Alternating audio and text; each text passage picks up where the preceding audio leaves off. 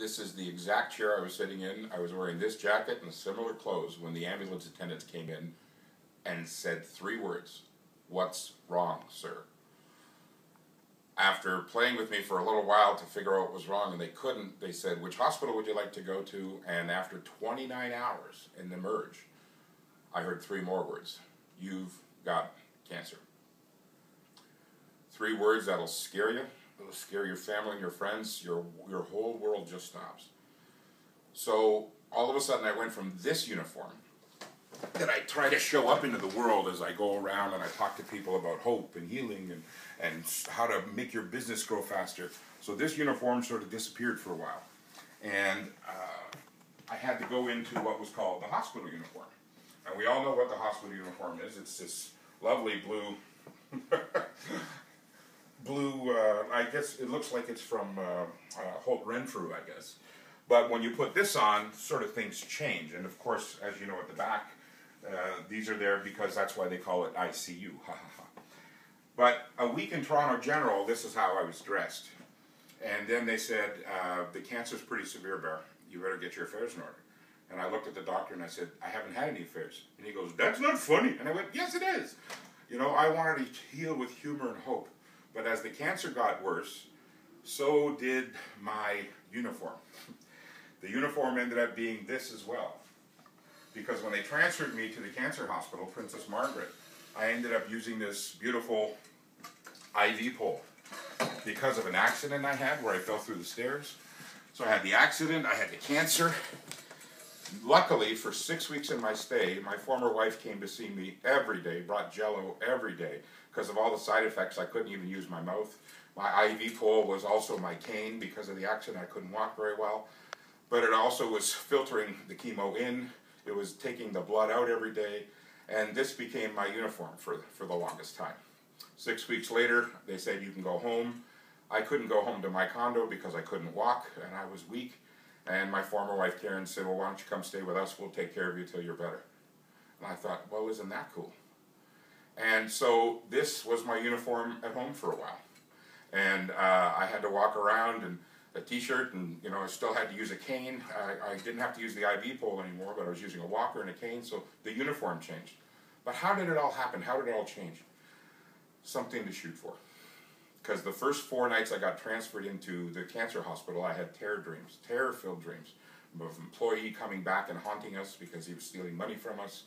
It was crazy, and all of a sudden 5 words came filtering in: let go and let God. What ended up happening is I said, let go and let God over our marriage, let go and let God over my health, over our finances, because we were going through bankruptcy at the same time. A, B, C, D, E, F, accident, bankruptcy, cancer, divorce, employee theft, failed business, all in 18 months. It's part of my message to the universe that no matter what is going on, you can heal. There's not too many things that people can say, "Oh, Barry, you don't understand." Yeah, I do. Yeah, accident, bankruptcy, cancer, divorce, employee theft, failed business in 18 months. How did you cope? Let go and let God. And I decided, you know what, I had something to shoot for. I said a prayer. If I'm supposed to live, I'll do something. If I'm supposed to die, thank you for my time here. I woke up and I'm living. And one of the things I said I would do is get out there and talk to people about no matter what. No matter what, there's something to do. There's something inside of you that has to come out in addition to the cancer. So when I got out of the hospital a little while later, I just got this dream that I was supposed to write this book that's coming out very, very shortly called The Cancer Dance. And as you can tell by the cover, that here I am with the blue shirt, and here I am with Ivy, and we're walking across the busiest street in Toronto because there's a message to share. And also, not only do we want to do it, we want to do it with... People have been through so much these days. We want to do it with such tremendous value. When you buy the book, you're going to get it shipped in this beautiful box. But not with just one book. For the exact same price, we're going to send you 2. Why? Because everybody knows somebody who's heard the words, "You've got cancer." My life is all about bringing value now. My message and my ministry is all about bringing value, and no matter what, you can heal. And all of a sudden, my uniform, not only did it change again, then it went from this, didn't have to use this anymore, to I was back to this, but it changed again. Because just after a few months of getting home, 7 months after I heard the words, "You've got cancer," I also heard, "You're cancer-free." 7 months after they said, "Get your affairs in order."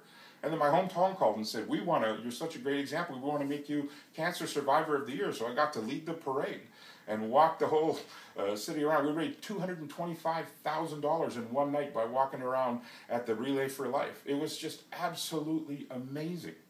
So I got a new uniform, and I get to put back on the old uniform and go out into the world and say, you know what? No matter what, we can do this. Whether you've heard you've got cancer, you've got no money, your marriage is over, no matter what you've heard, if you're still breathing, you still got something to do. So come on out with me. We're going to go back outside.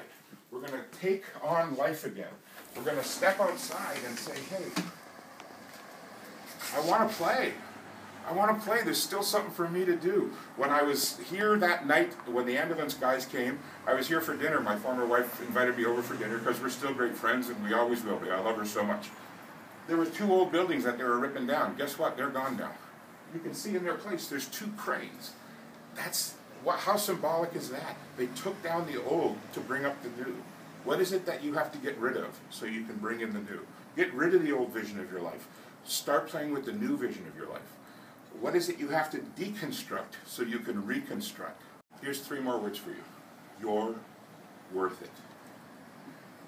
You're worth it. And here's 3 more. I love you. I invite you to come and play this game with us. We're going to have a Cancer Dance magazine. We're going to have a How to Be Your Own Hero, but all under the premise of life goes on. We'll see you. I hope you stay with us.